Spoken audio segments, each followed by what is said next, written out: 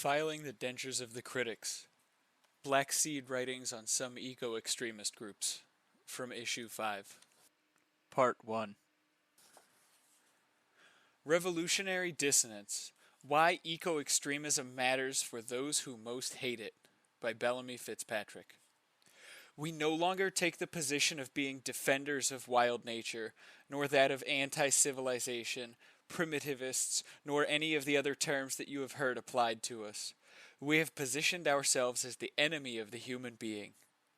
From the 29th Communique of Individualists Tending Toward the Wild.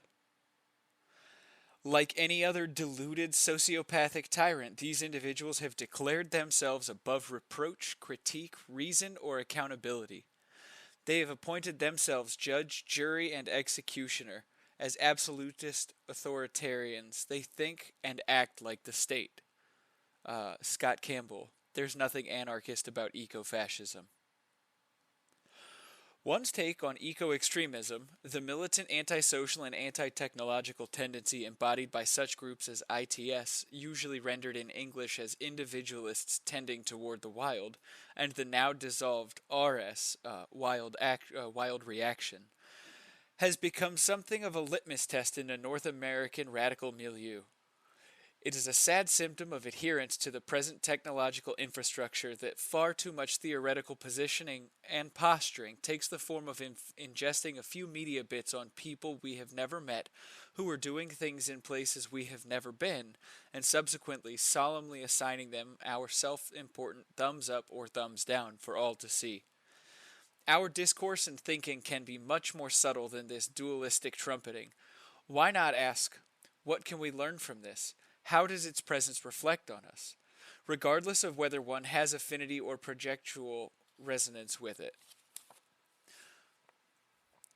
Choosing sides, to condemn the wrongdoer and the non-condemner alike. The eco-extremists, hereafter referred to as EEs, approach of indiscriminate attack, that is, the commitment of violent actions that seriously risk harming not only their intended target or targets, but also any passers-by, has made the EEs famous and brought them widespread condemnation. Undoubtedly amplifying their odiousness for their critics is the frequently braggadocio-filled and mocking rhetoric of their communiques, which have more than once highlighted their contempt for humans at large, who are in their eyes all to some degree complicit with the destruction of what they term wild nature. Increasingly since their inception, the EEs have moved away from their beginnings as a sort of fringe splinter of anti-civilization anarchism still interested in a project of liberation, and toward a theological/spiritual war on humanity that they identify as an extension of historical indigenous Mesoamerican struggle against colonization. Beginning in 2012 and especially in the past few years, they have espoused a jeering hostility to anarchists and nearly any anarchist ideas, including notions of liberations and others they themselves formerly held. At the time of writing this piece, the most recent actions of some EEs have reached their misanthropic zenith. The killing of a hiking couple simply because of their presence in semi-virgin nature was an offense, and the killing of an intoxicated woman on this street because she was, in their words, only another mass of flesh more, only another cursed human who deserved to die. ITS, the sect of eco-extremists claiming responsibility for the killings, has indicated in word and deed a decisive turn toward being the self-styled enemies of all human beings, whom they see as irredeemable and compared to a virus infecting the earth, worthless to anything but itself and fit only for destruction. Correspondingly, the condemnations of eco-extremists by prominent voices in the North American anarchist milieu have upticked, wandering into confusion and incoherence, in some cases highlighted here. That self-described digital community center of revolutionary thought and action, known as It's Going Down, recently ran an article labeling eco-extremism as eco-fascism in the title and later as unadjectivalized fascism in the last sentence of the article. Besides these two mentions, nowhere else in the article is there any discussion of fascism, any definition of it, or any explanation whatsoever of how it relates to eco-extremism. If the reader is troubled by what seems to be snarl words in the place of analysis on IGD's part, they are assured that it is best not to think about it too hard, as at the piece's climax it piously declares, "It is the peak of colonial racist arrogance that those from the safety of their US or European homes feel comfortable debating the finer points of an ideology that amounts to brown people killing other brown people." A bizarre prescription that would morally preclude one from analyzing, among other things, a huge swath of the world's nation states and their discontents. Through ignorance and humility comes virtue, apparently, and revolution works its way in there somehow, I imagine, if we just refuse thought sufficiently. Correspondingly, they condemn Little Black Cart, among others, for the publication of Atassa, a journal discussing eco-extremism. One is left to assume that its going down themselves are exempted from their anathema of colonial racist arrogance when they repeatedly and excitedly discuss the happenings in Rojava, because their coverage does not quite amount to debating the finer points of the matter. In a similar vein, Anarchy Radio has featured eco-extremism as a target of John Zerzan's habit of near-weekly denunciations of enemies, and he fulminated in a recent episode that involvement in the publication of Atassa was a new low for this author and his podcasting cohort. And even before the recent killings, the self-described editor-in-chief of Black and Green Review publicly wished death on the eco-extremists. Both have followed suit in inexplicably employing the fascist epithet with similar incoherence. In accordance with the slogan of "It's going down," the atmosphere is clearly one of choosing sides, wherein anything short of overt moral condemnation is seen as insidious complicity. J'accuse. Neither apoplexy nor cheerleading. Another take on eco-extremism. What is erased completely as a possibility by this frenetic binary approach is to simply try to understand the tendency, contextualize what is occurring, and reflect on how eco-extremism is the offspring of extant radical tendencies, including, perhaps uncomfortably, one's own. In seemingly the most unpopular position of all, I have no moral opposition to political violence. Instead, I am deeply dubious about its viability given the historical record. Revolutions have always been mere reconstitutions of civilizations, and they have failed to deliver in even the most promising moments. In Haiti, then the colony of Saint Domingue, 1791, when huge numbers of African chattel slaves rose up as part of a patchwork revolutionary army that incredibly fought off the armies of England, France, and Spain, a victorious new Haitian regime immediately became a new elite with a new state and a new slavery. In 19th century England, when the land and the very fabric of experience were being mutilated for the first time by industrialization, no widespread uprising manifested, despite rumblings of one. Similarly, assassinations can fell particular foes at particular moments, but they fail to damage and may in some cases even strengthen the reified social roles occupied by their targets, many of whom are easily replaced. Political violence tends toward the continuation of politics as usual by other means. The eco-extremists, in spite of their extreme actions, appear to essentially agree with my above analysis. They have dismissed revolution in the strongest terms, and, despite their efforts at the assassinations of specialists, they have repeatedly insisted on their disbelief in the effectiveness of their own actions in creating significant change in the world. Their actions thus constitute an odd, self-conscious, performative contradiction. It is useless to attack, yet we see no option but to attack. We see no option but the embrace of violent futility. Granted, an urge to destroy is eminently understandable when one looks unflinchingly at our shared world. For many, much of the time, life seems a wasteland. Beautiful, inimitable life forms are disappearing at a rate 1,000 times faster than average, each one gone forever. From an ecological anti-humanist perspective, the truest progress of civilizations has been their increased pace of denuding the biosphere and their reduction of the human being from a creature that interferes with the non-human world as kin to one increasingly dependent on and familiar only with technological prostheses. And, most painfully ironic of all, and which the eco-extremists have never tired of pointing out, This crisis is a product of mass submission. In a communique, the eco-extremists quote approvingly the words of anarchist prisoner Kevin Garrido. In humanity, I find the most civilized target, myself included. These are the ones clinging to progress and who devote themselves to destroying the untamed, all for the filthy and disgusting plastic called money. When I first read the above passage, I was immediately reminded of similar sentiments from early 20th century individualist anarchists like Renzo Novatore and Bruno Filippi, who made obvious their contempt for what they saw as voluntary submissive proletariat. For both the individualist and the eco-extremist, there is the fiercest possible refusal to victimize people and to instead insist on seeing them as complicit in our crisis, whether as Arendt's Eichmanns, bureaucrats, and technicians who are routinely rewarded for their small roles in unleashing the next horror on the world, or simply as slaves too tired, fragmented, and unimaginative to do anything but keep their heads down and shuffle along. The major difference between the two is that for Novatore, Filippi, and others, contempt for the majority of humans and fantastically violent actions were adjuncts or ingredients to a project of individual and small group liberation, not an end in themselves. Moreover, the individualists had a fierce respect and love for those who refused submission and chose freedom.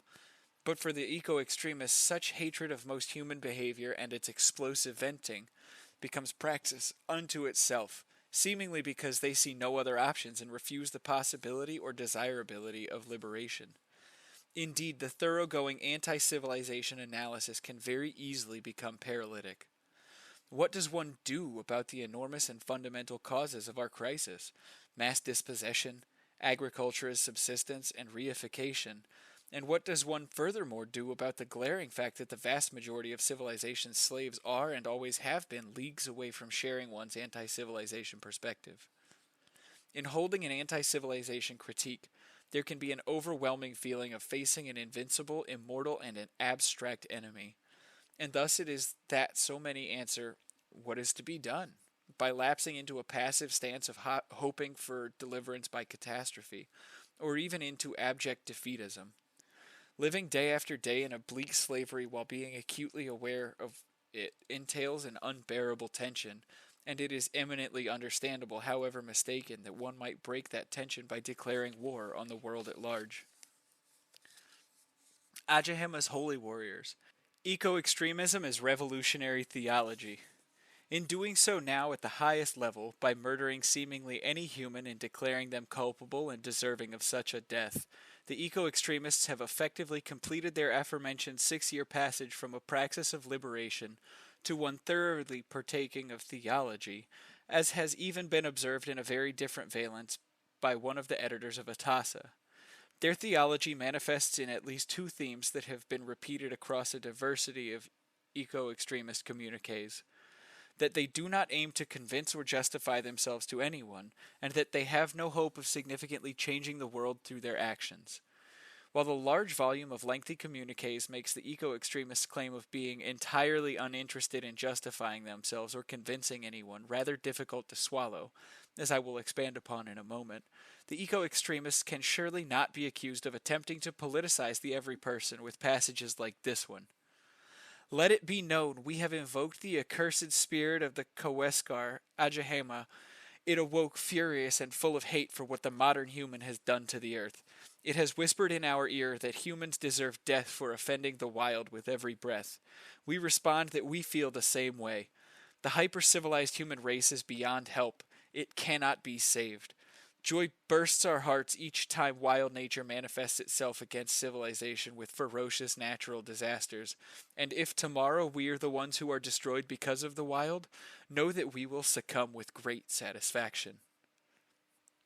Despite their many references to egoist and nihilist strands of anarchism, including quite recent ones concurrent with the above, this is plainly a holy war, not a deconstruction of civilization through individual liberation. I see no room for a praxis of individual or small intimate group liberation in conjunction with such an ascetic, semi-suicidal religious imperative, something that the eco-extremists in other places acknowledge. Instead, there is a divinized moral demand for a self-sacrificial struggle, At best, the individual might receive the satisfaction of personal vengeance against civilization, itself an abstract moral indictment on the world at large. Moreover, it is only through misanthropic distortion, misanthropy itself being a convoluted form of anthropocentrism, in which reified humanity trades the role of the lone hero for that of the singular villain, that one can imagine a deity of nature angrily calling for the deaths of all humans.